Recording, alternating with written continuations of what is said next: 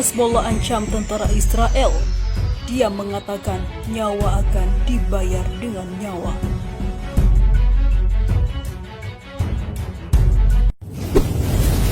Sebelum lanjut, jangan lupa subscribe dan nyalakan tombol notifikasinya agar tidak ketinggalan info terbaru lainnya. Kelompok Hezbollah menyatakan mereka berjanji bakal memusnahkan setiap tentara Israel untuk satu anggota mereka yang telah dibinasakan. Kelompok Syiah yang berpengaruh di Lebanon itu mengucapkan ancaman tersebut setelah salah satu milisi mereka, Yada, di Suriah Juli lalu. Israel harus paham hal ini. Jika kalian membunuh satu anggota kami, maka kami akan membalas dengan hal yang sama, ancam pemimpin Hezbollah Hassan Nasrallah. Dia menerangkan sejumlah insiden yang terjadi di perbatasan dua negara sudah dia amati dan mengancam hari pembalasan itu pasti akan tiba. Pada 20 Juli lalu, Tel Aviv menggelar serangan udara yang menggempur pemerintah Suriah beserta sekutunya, di mana 5 orang tiada. Dilaporkan AFP pada Minggu 30 Agustus 2020 kemarin, Hezbollah yang merupakan sekutu terdekat Damaskus mengungkapkan bahwa anggota mereka telah jadi korban. Dalam pernyataannya yang disiarkan televisi, Nasrallah mengatakan bahwa pihaknya sudah menyepakati tindakan balasan, namun mereka tak akan terburu-buru. Pada Rabu 26 Agustus 2020, Tel Aviv mengklaim mereka menggempur pos pengamatan milisi itu di Lebanon setelah mendapat serangan. Penyerangan itu juga berbarengan dengan pengumuman milisi tersebut bahwa mereka sudah menembak jatuh drone milik Israel. Israel disebut melancarkan puluhan serangan udara terhadap target Hezbollah di Suriah yang mendukung Presiden Bashar al-Assad. Adapun pernyataan Nasrallah itu terjadi setelah PBB pada Jumat 27 Agustus 2020 memutuskan memperpanjang misi mereka di perbatasan dua negara. Sebanyak 10.500 pasukan perdamaian dalam misi UNIFIL di bawah koordinasi militer Lebanon tak hanya bertugas menjamin gencatan senjata.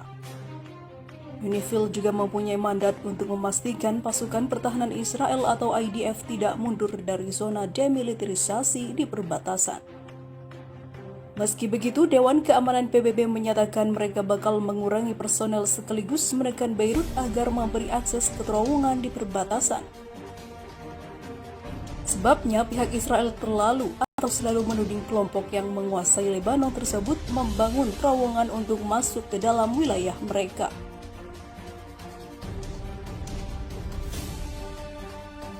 Di sisi lain,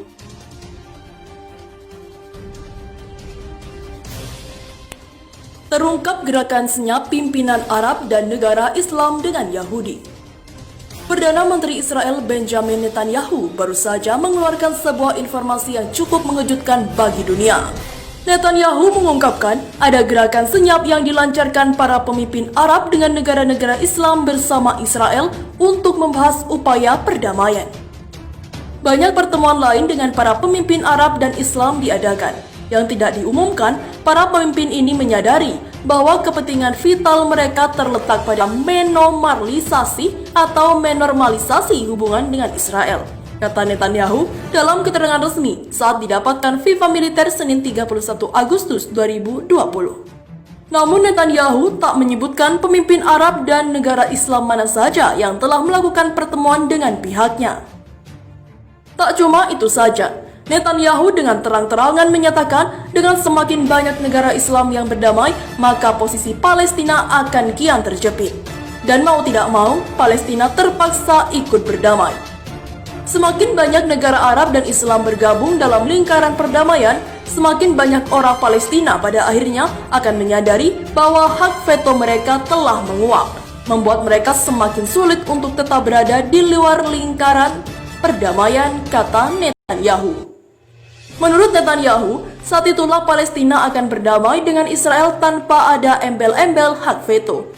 Dan Amerika menurutnya juga mendukung perdamaian tanpa hak veto antara Israel dan Palestina. Dua hal mengubah kenyataan ini. Yang pertama adalah rencana Trump, dan yang kedua adalah kesediaan negara-negara Arab dengan dukungan luar Amerika, dan juga dorongan yang luar biasa dari Amerika untuk mendorong perdamaian tanpa hak veto Palestina. Rencana Trump adalah inisiatif realistis pertama untuk mewujudkan perdamaian antara Israel dan Palestina, tulis Netanyahu. Sebelum Netanyahu mengungkap semua ini, sebenarnya pertemuan rahasia itu sempat bocor. Salah satunya ialah rencana pertemuan antara Netanyahu dengan putra mahkota Kerajaan Arab Saudi, Pangeran Mohammed bin Salman. Pertemuan itu direncanakan digelar di Washington, tapi kemudian dibatalkan karena informasinya keburu bocor. Untuk diketahui, misi Israel untuk berusaha membuat negara-negara Islam berdamai diberikan Netanyahu kepada Direktur Badan Intelijen Nasional atau Mossad. Salah satu negara Islam yang berhasil diperdaya Mossad untuk berdamai ialah Uni Emirat Arab. Dan hal itu diakui sendiri oleh Netanyahu beberapa waktu lalu.